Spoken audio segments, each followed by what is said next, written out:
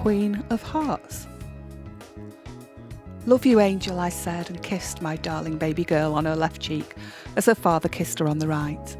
One photographer clicked and took a step, squatted down, clicked and moved further around the hospital bed, giving us instructions on where and how to stand.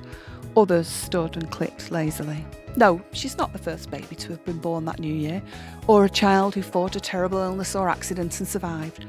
But she was special nonetheless. Hence the swathes of reporters and photographers and the overly smiling faces in a room full of media-savvy medical staff. My husband and I had the dubious honour of having brought into the world a child who was special in two connected ways.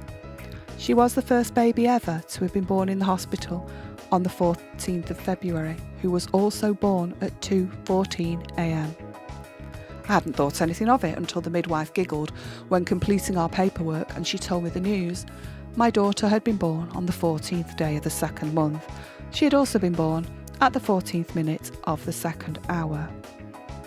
Obsessed as they were with the trivialities of life and looking as they did for any excuse to not deal with local politics, the papers were already interested, but they became totally and utterly insane when they were informed about something even more amazing. My daughter was born with a birthmark on the left side of her chest, a perfect 2-inch diameter heart with clear and smooth edges. It, apart from my baby, was the most beautiful thing I had ever seen.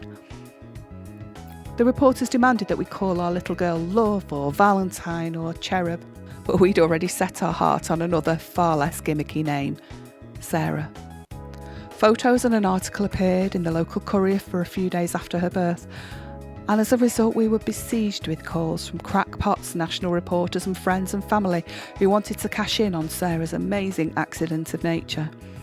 We even had a call from a young man who divined that my baby daughter was herself divine. He claimed that she'd been clearly placed onto the earth as the new Messiah and that she would grow to infuse the world with love. So our poor Sarah spent the first 15 years of her life as a very reluctant local celebrity, and in her eyes, her birthmark had little to commend it.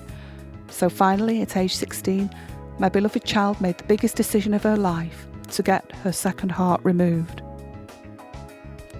That was why we'd been taken from the hospital's waiting area and put into a side room already full of reporters and photographers. The police were called because the man who'd believed my Sarah was the new Messiah had brought his fellow devotees to picket outside the hospital. Their mission was to tell the world that Satan had infected Sarah and that he was working his way through to her soul via a birthmark-removing laser gun.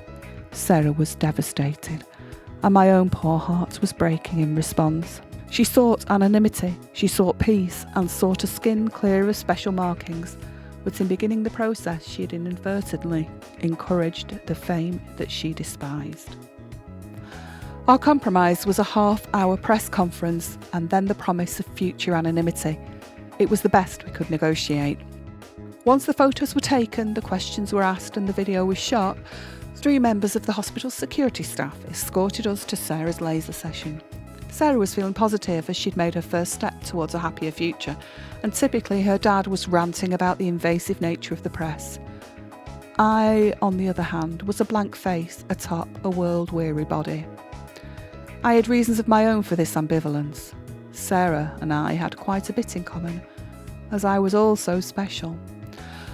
Not only had I been born on the 25th day of the 12th month, but I had also been born at the 25th minute after the 12th hour.